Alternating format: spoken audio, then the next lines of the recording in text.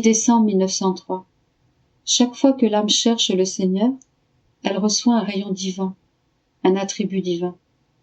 Me trouvant dans mon état habituel, je sentis comme un poids sur mon âme, comme si le monde entier pesait sur moi, à cause de ma privation de Jésus béni. Dans mon immense amertume, je fis tout pour le trouver. Quand il vint, il me dit, « Ma fille, quand l'âme me cherche, elle reçoit un rayon divin, un attribut divin, elle renaît en moi autant de fois que je renais en elle. » J'étais étonné de ces paroles, je lui dis, « Seigneur, que dis-tu » Il ajouta, « Oh, si tu savais la saveur que goûte tout le ciel, quand sur la terre une âme cherche Dieu continuellement, comme cela se fait au ciel. Quelle est la vie des bienheureux? Qu'est-ce qui la constitue? Leur renaissance continuelle en Dieu et la renaissance continuelle de Dieu en eux. C'est la réalisation de Dieu est toujours ancien et toujours nouveau. Ils ne se sentent jamais fatigués parce qu'ils vivent continuellement une nouvelle vie en Dieu. «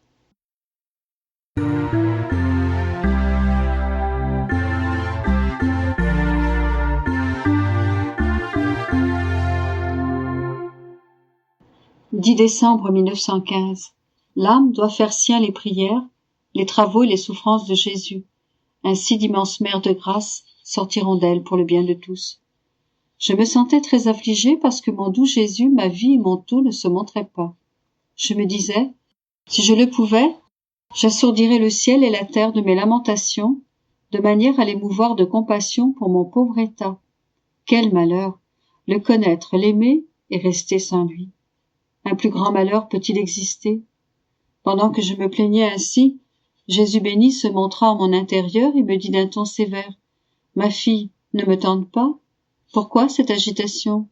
Je t'ai tout dit pour que tu restes tranquille. Je t'ai dit que quand je ne viens pas, c'est parce que ma justice veut que je te serre la vis concernant les châtiments. Avant, tu avais peine à croire que c'était pour châtier que je ne venais pas, vu que tu n'entendais pas parler des grands châtiments qui arrivent dans le monde. Maintenant, tu entends ces choses. Et, malgré cela, tu continues de douter? N'est-ce pas là me tenter? » Je tremblais en entendant Jésus me parler si sévèrement. Pour me calmer, il changea de ton et tendrement il ajouta, « Ma fille, courage, je ne te laisse pas.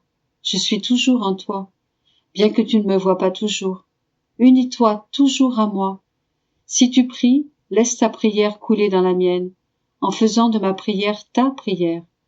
De cette manière, tout ce que j'ai fait avec mes prières, la gloire que j'ai donnée au Père, le bien que j'ai obtenu pour tous, tu le feras aussi. Si tu travailles, fais couler ton travail dans le mien, et fais de mon travail ton travail. Ainsi, tu auras en ton pouvoir tout le bien fait par mon humanité, laquelle sanctifia et divinisa tout. Si tu souffres, fais couler ta souffrance dans la mienne, et fais de ma souffrance ta souffrance. Ainsi, tu auras en ton pouvoir tout le bien que j'ai réalisé par la rédemption. Ainsi, tu t'empareras des 3 aspects essentiels de ma vie, et d'immenses mers de grâce sortiront de toi, et se déverseront pour le bien de tous. Ta vie sera non pas comme la tienne, mais comme la mienne.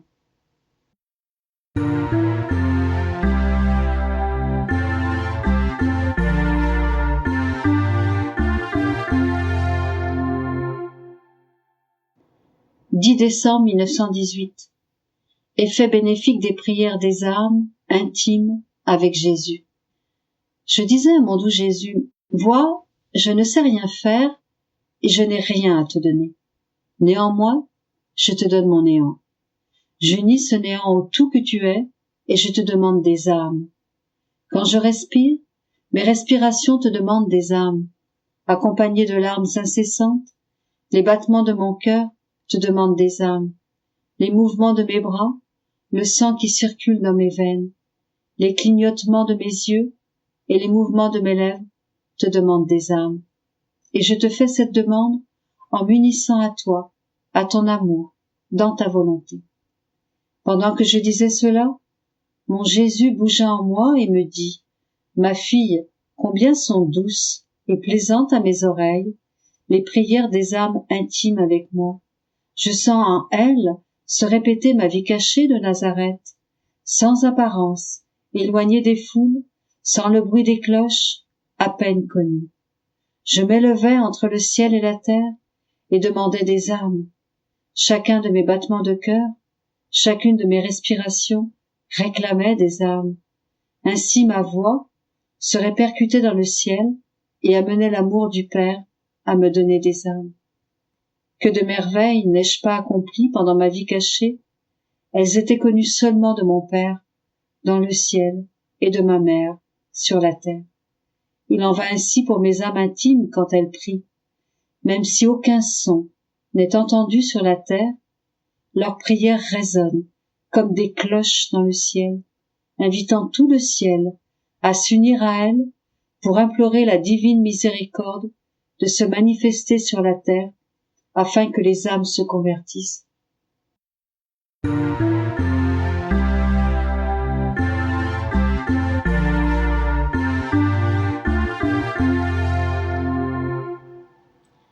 10 décembre 1921. Créativité et fécondité inestimable des actes réalisés dans la divine volonté.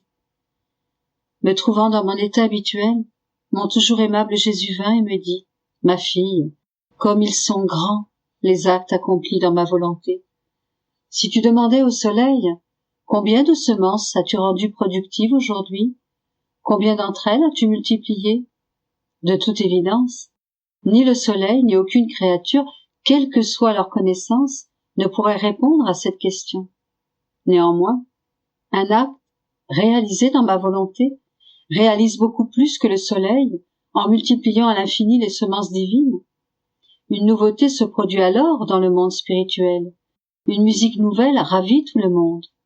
En entendant cette musique, les âmes les mieux disposées deviennent ardentes et d'innombrables retombées surgissent comme autant de semences.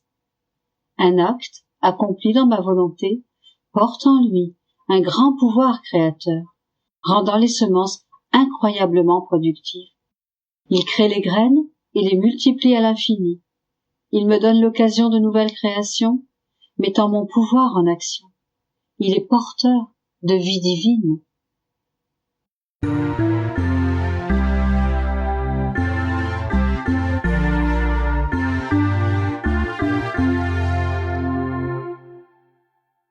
« 10 décembre 1926.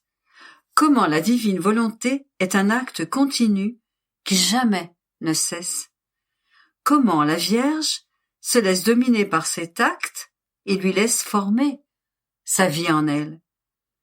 Comment, au ciel, durant les fêtes de la Vierge, il célèbre la divine volonté. Mon pauvre esprit baignait dans la mer infinie du vouloir éternel, et mon adorable Jésus montra, tel le plus grand des prodiges, comment sa très sainte volonté, tout en étant aussi immense, se restreignait dans la créature, en restant immense, afin de la dominer et de former sa vie en elle. La créature qui restait immergée sous un acte continu de cette divine volonté était le miracle des miracles et le prodige jusqu'alors inconnu. Et mon aimable Jésus, toute bonté, me dit « Très chère fille de ma volonté, tu dois savoir que seul mon vouloir possède un acte continu, qui jamais ne cesse. Cet acte est plein de vie et donne par conséquent la vie à tout ce qui est. Il préserve et maintient l'équilibre en lui-même et en toute chose. Lui seul peut se vanter de posséder cet acte continu, de toujours donner la vie et d'aimer, toujours, sans jamais cesser un seul instant. Mon humanité elle-même, si elle possède cet acte continu, c'est parce que coulait en elle l'acte continu du fiat suprême. Combien de temps la vie de mon humanité a-t-elle duré sur la terre? Elle fut extrêmement courte. Dès qu'elle eut accompli ce qui était nécessaire pour la rédemption, je suis parti vers la patrie céleste, et mes actes sont restés. Mais s'ils restaient, c'est parce qu'ils étaient animés par l'acte continu de ma volonté. Par contre, ma volonté ne s'en va jamais. Elle est toujours à sa place, préexistante, sans jamais interrompre son acte de vie sur tout ce qui est sorti d'elle. Aussi ma volonté quittait la terre et toutes les choses créées, elle perdrait toute la vie et retournerait au néant. Car ma volonté a créé toutes choses, à partir de rien, et si elle se retirait, elles perdraient toute leur existence.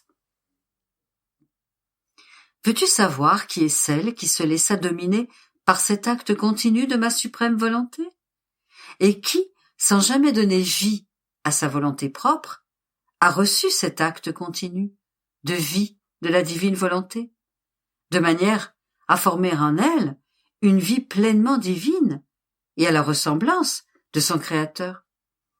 Ce fut la céleste et souveraine Reine.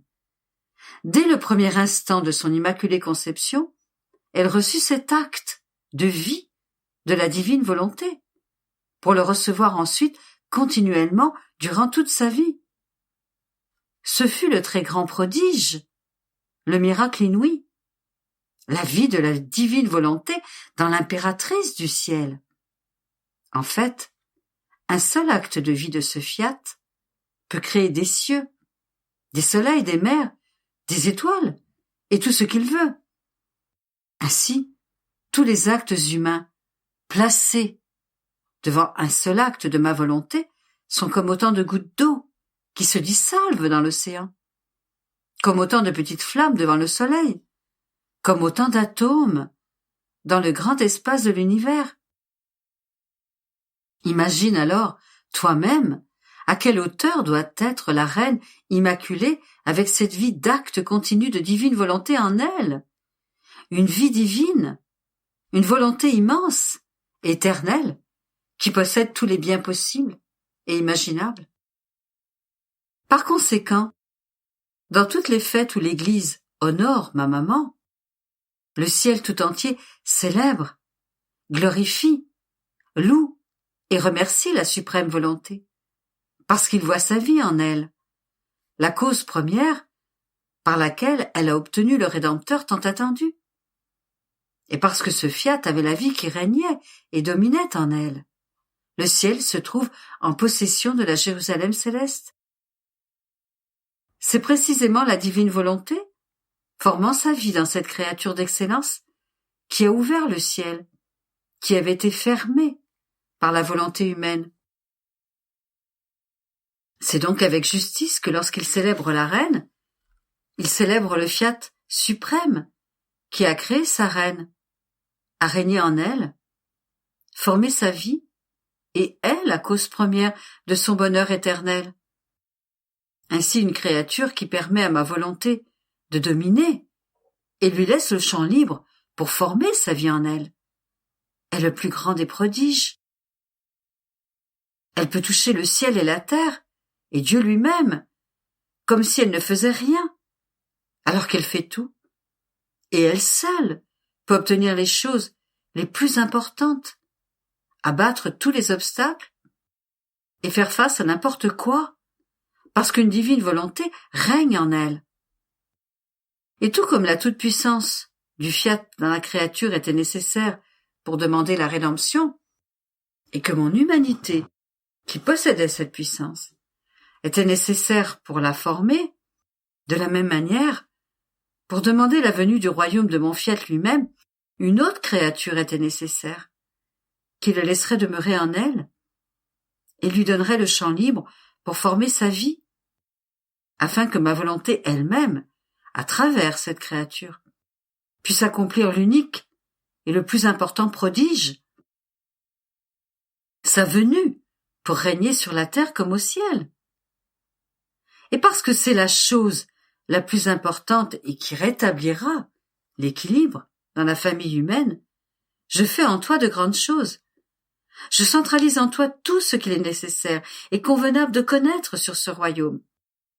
Le grand bien qu'il veut donner, le bonheur de ceux qui vivent en lui, sa longue histoire, sa longue souffrance, et durant bien des siècles, parce qu'il veut venir régner parmi les créatures pour les rendre heureuses.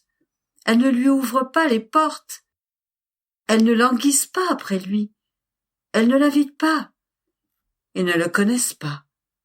Alors qu'il est présent parmi elles, seule une divine volonté pouvait supporter avec une invincible patience d'être parmi les créatures et de leur donner la vie sans être connue.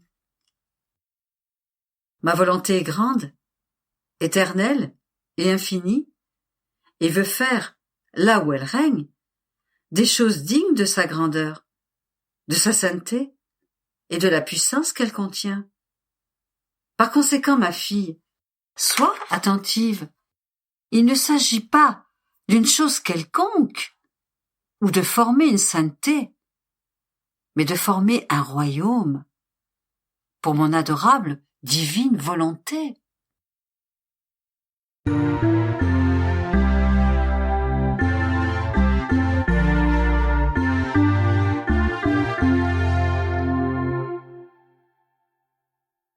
10 décembre 1929.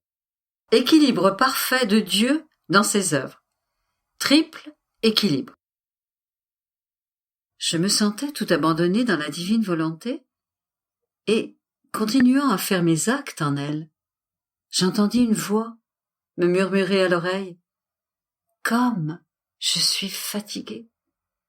J'étais ému par cette voix et je voulais savoir qui pouvait être aussi fatigué. Et mon doux Jésus, se faisant entendre en moi, me dit « Ma fille, c'est moi qui ressens le poids d'une si longue attente, et cela produit en moi une telle fatigue que je ressens le poids de vouloir faire le bien sans en être capable à cause du manque de disposition de ceux qui doivent le recevoir. Oh, comme il est dur de vouloir faire le bien, de l'avoir préparé et d'être prêt à le donner, mais de ne trouver personne qui voudrait le recevoir. Mais tu dois savoir que lorsque mon fiat se place dans l'acte d'agir, il a la même puissance, sagesse, immensité et multiplicité d'effets que produit un seul de ces actes. S'il décide de sortir dans son divin champ d'action, son acte possède l'équilibre entre l'un et l'autre et contient même valeur, poids et mesure. Ma divine volonté est sortie dans son champ d'action dans la création, a fait montre d'une grande magnificence d'œuvre, à tel point que l'homme lui-même est incapable de les dénombrer et de comprendre la juste valeur de chaque œuvre, et bien qu'il les voie, les touche et en reçoive les effets bénéfiques. On peut cependant appeler l'homme le premier petit ignorant de la création. Qui peut dire combien de lumière et de chaleur contient le soleil? Combien d'effets il produit? Et de quoi est formée la lumière? Personne. Pourtant, tous la voient et sentent sa chaleur, et il en est ainsi pour tout le reste. Or, ma rédemption va de pair avec la création et possède autant d'actes qu'elle. Elles sont en parfait équilibre, l'une avec l'autre, parce que la création était un acte de ma divine volonté, tout comme ma rédemption. Or, devant faire un autre de ces actes dans le grand fiat voluntas tua sur la terre comme au ciel, beaucoup d'autres actes sont prêts dans mon divin fiat, de telle sorte qu'ils auront le triple équilibre des actes, la même valeur, le même poids et la même mesure.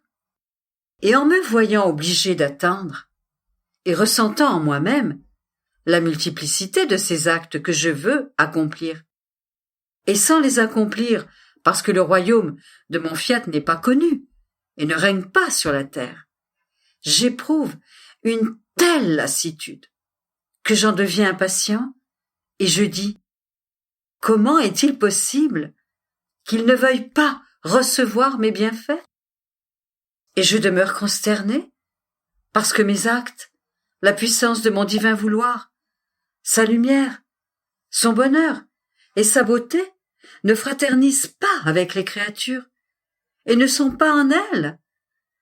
Par conséquent, aie pour moi de la compassion, si tu me vois taciturne. C'est le trop-plein de lassitude causé par cette longue attente qui me réduit au silence. «